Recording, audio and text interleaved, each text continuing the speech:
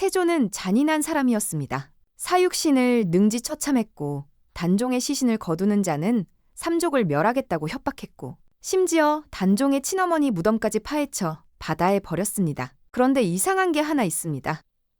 단종의 아내는 죽이지 않았습니다. 왕비 자리를 빼앗고 궁에서 내쫓고 노비 신분으로 떨어뜨려 놓고도 목숨만큼은 건드리지 않았죠. 왜였을까요?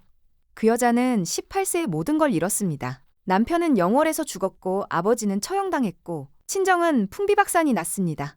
그런데 죽지 않았습니다. 82세까지 64년을 더 살았습니다. 남편을 죽인 세조는 11년 만에 죽었고 그녀는 세조의 후손 5명이 왕위에 오르는 걸 전부 지켜봤습니다. 누가 이긴 걸까요? 오늘은 조선 역사상 가장 긴 시간을 버텨낸 왕비, 정순왕후 송씨 이야기입니다. 1440년 전라도 정읍에서 한 여자아이가 태어납니다. 열양부원군 송현수의 딸, 여산 송씨. 공손하고 검소한 성품으로 주위의 칭찬을 받으며 자란 아이. 그런데 이 평범한 양반집 딸에게 운명 같은 일이 찾아옵니다. 1454년 조선 왕실에서 왕비 간택령이 내려진 겁니다. 당시 왕은 단종, 나이 겨우 14살이었습니다. 아버지 문종은 일찍 세상을 떠났고 어머니 현덕왕후는 단종을 낳자마자 숨졌습니다. 할아버지 세종도, 할머니 소원왕후도 이미 돌아가신 뒤였죠. 세상에 혈육 하나 없는 어린 왕, 왕실에서는 하루빨리 왕비를 맞아들여야 한다고 판단했습니다. 사실 이 혼인을 가장 강하게 밀어붙인 사람이 있었는데 바로 수양대군이었습니다. 훗날 조카의 모든 걸 빼앗을 그 사람이 조카의 결혼을 주선한 거죠. 역사의 아이러니입니다. 송 씨는 3차례 간택을 거쳐 최종 왕비로 뽑혔습니다. 재미있는 건 송 씨가 단종보다 1살 위였다는 점입니다. 보통 왕이 왕비보다 나이가 많거나 같았는데 왕실에서는 의지할 어른이 없는 어린 왕 곁에 조금이라도 성숙한 왕비가 필요했던 겁니다. 1454년 음력 1월 창덕궁에서 혼인식이 거행됩니다.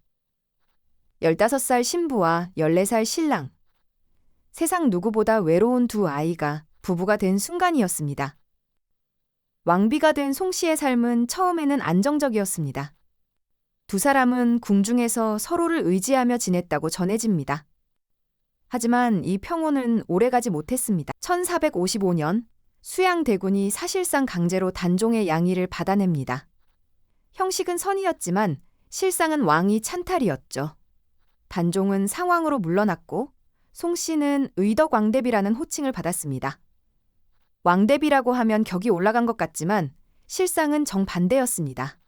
16살 소녀가 이전 왕의 부인이라는 딱지를 붙인 채 과거의 사람이 되어버린 겁니다. 그리고 2년 뒤 진짜 비극이 시작됩니다. 1456년 6월 성삼문과 박팽년 등이 주도한 단종 복위 계획이 발각됩니다.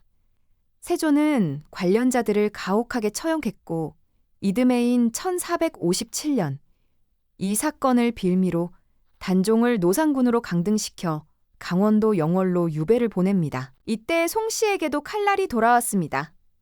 의덕 왕대비에서 궁부인으로 강등, 궁에서 추방, 그리고 관비, 즉 나라의 노비로 신분이 떨어집니다. 왕비에서 노비로. 이보다 더한 추락이 있을까요? 그런데 세조는 이상한 명령을 하나 내립니다. 신부는 노비이나 노비로서 부리지는 못하게 하라. 노비인데 노비로 부리지 말라? 대체 무슨 뜻이었을까요?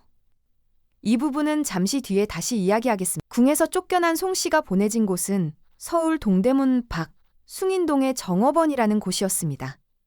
원래 남편을 잃은 후궁들이 여생을 보내던 일종의 비구니 사찰이었죠.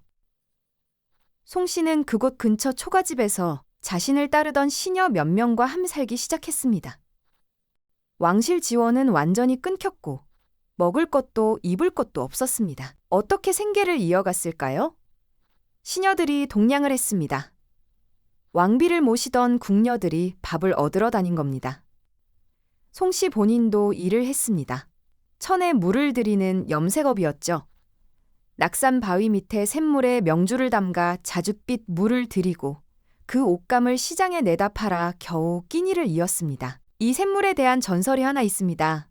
송 씨가 천을 담그면 저절로 자주색이 들었다고 해서 그 샘을 자주동천이라 불렀다는 거죠. 지금도 서울 창신동에 가면 자주동천이라 새겨진 바위가 남아 있습니다. 마을 여인들은 송 씨를 가엾게 여겨 몰래 음식을 가져다 줬습니다. 그런데 조정에서 이를 알고 금지시킵니다. 그러자 여인들이 기막힌 방법을 생각해냅니다. 송 씨 집 근처에 여자들만 드나드는 채소 시장을 연 겁니다. 채소를 사고 파는 척하면서 몰래 음식을 전달한 거죠. 금남의 시장, 여인들의 연대였습니다. 1457년 10월, 단종이 영월에서 세상을 떠났다는 소식이 전해집니다. 만 16살이었습니다. 송 씨는 남편의 시신도 보지 못했고 장례에도 가지 못했습니다. 시신을 거두면 삼족을 멸한다는 엄명이 내려져 있었으니까요. 그녀가 할 수 있는 건 단 하나였습니다. 매일 아침 저녁 정업원 뒤 봉우리에 올라 영월이 있는 동쪽을 바라보며 통곡하는 것. 전설에 따르면 그 곡소리가 산아래 마을까지 들렸고 마을 여인들도 함께 울었다고 합니다. 이 봉우리가 바로 동망봉입니다. 동쪽을 바라보는 봉우리라는 뜻이죠. 훗날 영조가 이 이야기에 감동받아 직접 동망봉이라는 글씨를 써서 바위에 새기게 했는데 안타깝게도 일제강점기 때 채석장으로 쓰이면서 그 바위는 깨져버렸습니다. 여기서 아까 미뤄둔 질문으로 돌아가 보겠습니다. 세조는 단종 복위와 관련된 사람들을 가차없이 처형했습니다. 단종의 어머니 현덕왕후의 무덤까지 파헤쳐 바다에 버렸을 정도니까요. 그런데 단종의 아내는 죽이지 않았습니다. 왜였을까요? 첫째, 명분이 없었습니다. 송 씨는 정치에 관여한 적이 전혀 없었습니다. 복위운동에 참여한 적도 없었죠. 아무 죄 없는 며느리뻘 여자를 죽이면 세조 본인의 명분만 더 나빠지는 상황이었습니다. 둘째, 위협이 되지 않았습니다. 조선시대 여성은 군대를 동원하거나 반란을 일으킬 수 없었습니다. 세조 입장에서 송치는 정치적 위험 요소가 아니었던 거죠. 셋째, 어쩌면 가장 잔인한 이유일 수 있는데 살려두는 것이 죽이는 것보다 더 큰 굴욕이었습니다. 왕비였던 여자가 노비 신분으로 염색 노동을 하며 연명하는 모습.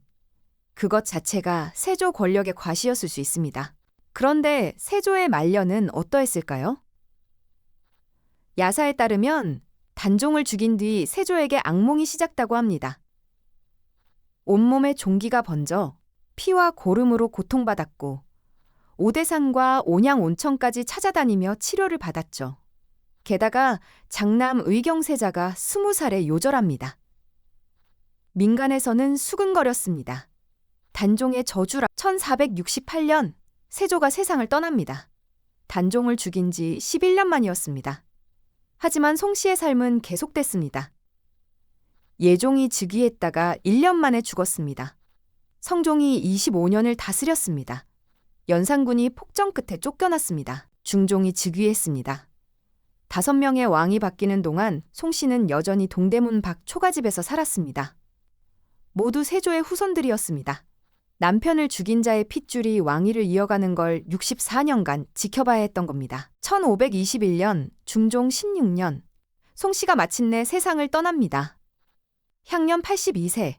당시 평균 수명이 40대에서 50대 사이였던 점을 생각하면 놀라운 장수였습니다. 남편 단종은 아직 복권되지 않은 상태였기에 장례는 대군 부인의 격으로 치러졌습니다.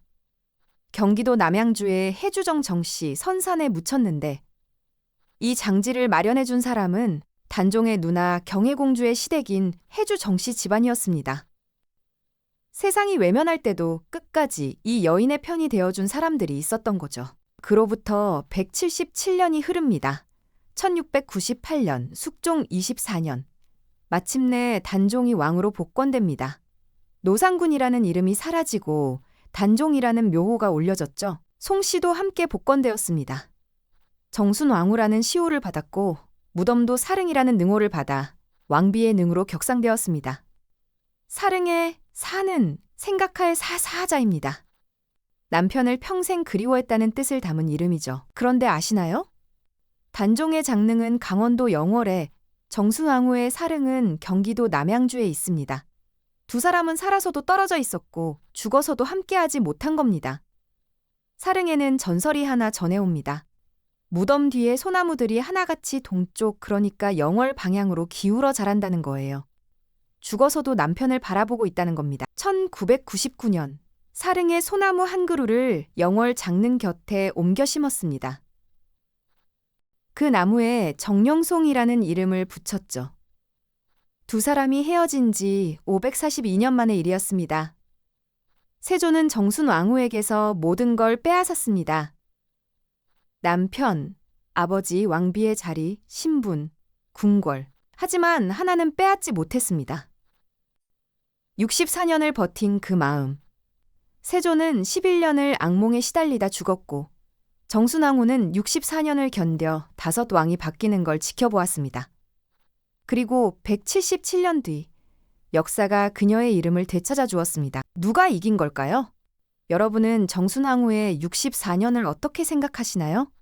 댓글로 의견 남겨주세요. 다음 영상에서는 단종의 죽음을 둘러싼 미스터리를 파헤쳐 보겠습니다.